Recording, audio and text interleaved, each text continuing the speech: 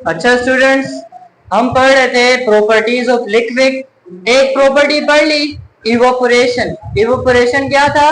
Liquid का gas बन जाना। नेक्स्ट प्रॉपर्टी हमारे पास आती है वेपर प्रेशर। ये प्रॉपर्टी किसकी है? लिक्विड की है। सॉलिड की पढ़ ली, गैस की पढ़ ली। ये नेक्स्ट प्रॉपर्टी हमारे पास है लिक्विड की, जिसका नाम क्या है? Vapour pressure. अच्छा, पहले इसका मतलब समझते हैं कि वेपर क्या होता है और प्रेशर क्या होता है। अच्छा, प्रेशर को तो पता होगा, जब कोई चीज जोर लगाए तो उसको प्रेशर कहते हैं। अब ये मेरा हाथ है ना, ये उंगली यहाँ पर जोर लगा रही है, तो ये उंगली यहाँ पर क्या लगा रही है? प्रेशर।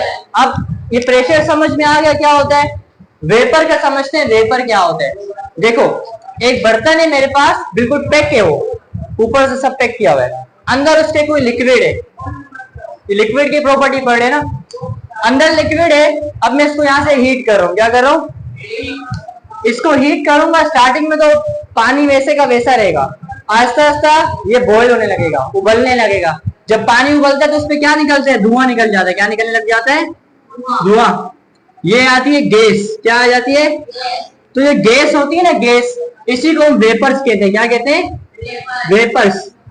जब हम किसी लिक्विड को हीट करते हैं तो उसमें से वेपर्स निकलते हैं। एक टाइम के बाद वो वेपर प्रेशर लगाते हैं। जब लिक्विड को हीट करते हैं तो उसमें से वेपर्स निकलते हैं। कुछ टाइम के बाद वो वेपर्स, यहाँ जो वेपर्स आए ना बहुत सारे, ये वेपर्स क्या लगाएंगे? प्रेशर। इनका जो प्रेशर होता है उसको हम क्या कहते हैं? Vapour pressure. इसके नाम के अंदर ही लिखा हुआ है कि वेपर का प्रेशर। और वेपर क्या होता है? जब हम पानी को हीट करते हैं तो धुआं जो उड़कर आ रहा होता है ना, वो वेपर्स होते हैं। अच्छा, इसकी डेफिनेशन देखें। The pressure exerted. एक्सर्टेड का मतलब होता है लगाना। The pressure exerted by vapour. यहाँ प्रेशर कौन लगा रहा है? वेपर लगा रहा है। The pressure exerted by vapour. अच्छा, एक और वर्ड है यहाँ पर, the pressure exerted by vapour is equilibrium. Equilibrium का वर्ड आपने पहली मर्तबा सुना होगा। इसका मतलब होता है बराबर। क्या होता है? अब यहाँ पर कौन सी चीज बराबर हो रही है उसको पहले समझते हैं। मेरे पास लिक्विड थी, लिक्विड को मैंने हीट किया, वो क्या बन रही थी? गैस। इस प्रोसेस को हम क्या कहते हैं? वेपराइजेशन। क्या कहते हैं? लिक्विड को मैं हीट कर रहा हूँ, वेपर्स बन रहा है, इस प्रोसेस को क्या कहते हैं? वेपराइजेशन। अच्छा, मैंने आपको पहले क्या बताया कि ये बर्तन बंद है, तो वेपर क्या यहाँ से बाहर निकल सकेंगे? तो वेपर जब ऊपर जाके उस बर्तन के ढक्कन से लगेंगे तो आपस में फिर से चिपक जाएंगे। और अब कौन सा प्रोसेस हो जाएगा? इसमें क्या होता था? गैस फिर से क्या बन जाती थी? वो जैसे मैंने बताया था, किसी बर्तन का ढक्कन उठाओ तो ऊपर लिक्विड गिर रहा होता है। वो लिक्विड कहाँ से आता है? वेपर्स उड़कर जाते हैं, ऊपर इकट्ठा होते हैं, फिर लिक्विड बना देते हैं। तो पहला प्रोसेस कौन सा हो रहा था? Liquid change into gas, vaporisation. अब फिर बाद में क्या हो रहा है? Gas change into liquid, this is called. अच्छा, स्टार्टिंग में पता है क्या हो रहा होगा? स्टार्टिंग में वेपर्स भी उड़ रहे होंगे, यहाँ से लिक्विड नीचे भी आ रहा होगा। स्टार्टिंग में ऐसे ही हो रहा होगा, वेपर्स उड़ रहे होंगे, ऊपर जाके फिर मिल के फिर नीचे गिर रहे होंगे। लेकिन कुछ टाइम के बाद ये दोनों इक्वल हो जाते हैं। जितना ऊपर जा रहे होते हैं उतना ही नीचे आ रहे होते हैं। स्टार्टिंग में इक्वल नहीं होते हैं। बाद में क्या होता है कि जितना ऊपर जाते हैं वेपर्स, उतना लिक्विड नीचे गिर रहा होता है। यहाँ से वेपर जाते हैं, यहाँ लिक्विड बन जाते हैं, फिर लिक्विड नीचे गिर जाता है। फिर वेपर जाते हैं, लिक्विड बन जाता है, लिक्विड फिर नीचे गिर जाता है। कुछ टाइम के बाद दोनों क्या हो जाते हैं? इक्वल। और इक्वल के लिए क्या वर्ड यूज करते हैं? इक्विलिब्रियम। इक्विलिब्रियम। जब लिक्विड का टेम्परेचर इक्विलिब्रियम पे पहुंच जाता है तो वो क्या लगाने लग जाते हैं? प्रेशर लगाने लग जाते हैं। और उनके प्रेशर को हम क्या कहते हैं? Vapour pressure. अब इसका मतलब समझ में आया? यहाँ मैंने दो चीजें आपस में की बराबर। वो कौन सी दो चीजें बराबर हैं? एक वेपराइजेशन, दूसरी वेपर्स का मतलब ऊपर जाना, और कंडेंसेशन का मतलब जब ऊपर जाना नीचे आना दोनों बराबर हो जाएंगे तब वेपर्स प्रेशर लगाने लग जाएंगे। तो the pressure exerted by vapors in equilibrium is called vapor pressure। अच्छा, जो वेपर्स है ना वो उस वक्त ही प्रेशर लगाएंगे जब हमारे पास क्लोज सिस्टम होगा। What is the meaning of close? बंद। यहाँ पे जो बर्तन था वो बंद था ना, अगर ये बर्तन बंद ना होता तो क्या होता? वेपर जुड़ जाते तो प्रेशर कौन लगाता? तो इसके लिए शर्त क्या है, उसका ढक्कन बंद होना चाहिए। ये समझ में आ गया।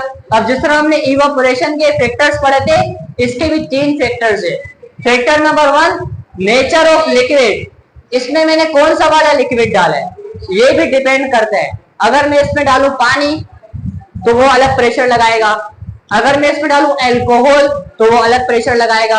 अब ये थोड़ा इंपॉर्टेंट है, समझते हैं। नेचर ऑफ लिक्विड, अच्छा लिक्विड जो होता है ना हमारे पास, उसकी 2 नेचर होती है। क्या होती है? एक होता है पोलर और दूसरा होता है नॉन पोलर। ये तो पता है कि नहीं पता है? अब जैसे एग्जांपल लेते हैं हम H2O वाटर, H2O वाटर जो पानी है ये पोलर है, 2 पोलर है, H पर होता है प्लस, O पर क्या होता है माइनस। ये जो है ना ये ऊपर प्लस माइनस, इसको हम कहते हैं पोल्स। क्या कहते हैं? और जिसके ऊपर पोल्स हो वो कौन सा वाला कंपाउंड होता है, और जिसके ऊपर नहीं हो तो उसको कहते हैं नॉन पोलर। यहां देखो एक बार फिर, पहला वाला फैक्टर क्या है? Nature of liquid. अगर लिक्विड होगा पोलर, क्या होगा?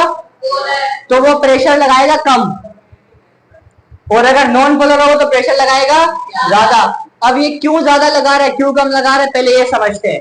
अच्छा जो ये पोलर है ना, पोलर इसका मतलब होता है पॉजिटिव और नेगेटिव। अगर अंदर कोई ऐसी लिक्विड होगी जिस पर पॉजिटिव और नेगेटिव साइन होगा, और आपको पता है अपोजिट साइन एक दूसरे को अपने पास खींचते हैं, ये इसको अपने पास खींचेगा, ये इसको अपने पास खींचेगा। जब ये पॉजिटिव नेगेटिव को खींचेगा तो इसको वेपर बनने नहीं देगा, मुश्किल से वेपर बनेंगे। तो मुश्किल से वेपर बनेंगे तो उनका जो प्रेशर भी वो क्या लगेगा, कम। जो पोलर कंपाउंड होते हैं जिनपे साइन होते हैं वो प्रेशर क्या लगाते हैं, कम, और जो नॉन पोलर होते हैं प्रेशर क्या लगाते हैं, ज्यादा। बस एक लाइन अपने माइंड में रखो, नेचर ऑफ मॉलिक्यूल्स में क्या आ रहा है, जो पोलर है वो ज्यादा लगाते हैं और जो नॉन पोलर है वो नहीं, जो नॉन पोलर है वो ज्यादा लगाते हैं और पोलर क्या लगाते हैं, कम लगाते हैं। अच्छा point number 2, size of molecule. अगर मॉलिक्यूल का साइज छोटा होगा वो स्पीड से उड़ जाएगा और प्रेशर लगाएगा, अगर मॉलिक्यूल का साइज बड़ा होगा तो वो ऊपर उठ नहीं सकेगा, तो प्रेशर कैसे लगाएगा? तो साइज भी डिपेंड करता है। और आखिरी चीज क्या है, टेम्परेचर। अगर टेम्परेचर बढ़ाऊंगा तो स्पीड से उड़ेगा, तो प्रेशर भी क्या लगाएगा, ज्यादा लगाएगा। तो 3 फैक्टर्स हमने पढ़े। पहला फैक्टर है नेचर ऑफ लिक्विड, अगर पोलर होगा तो प्रेशर कम लगाएगा, नॉन पोलर होगा तो प्रेशर ज्यादा। अच्छा इसकी एग्जांपल ले लो, यहाँ पर लिख देना वाटर और यहाँ पे लिख देना एल्कोहल, ठीक है। एल्कोहल प्रेशर ज्यादा लगाता है, वाटर प्रेशर कम लगाता है।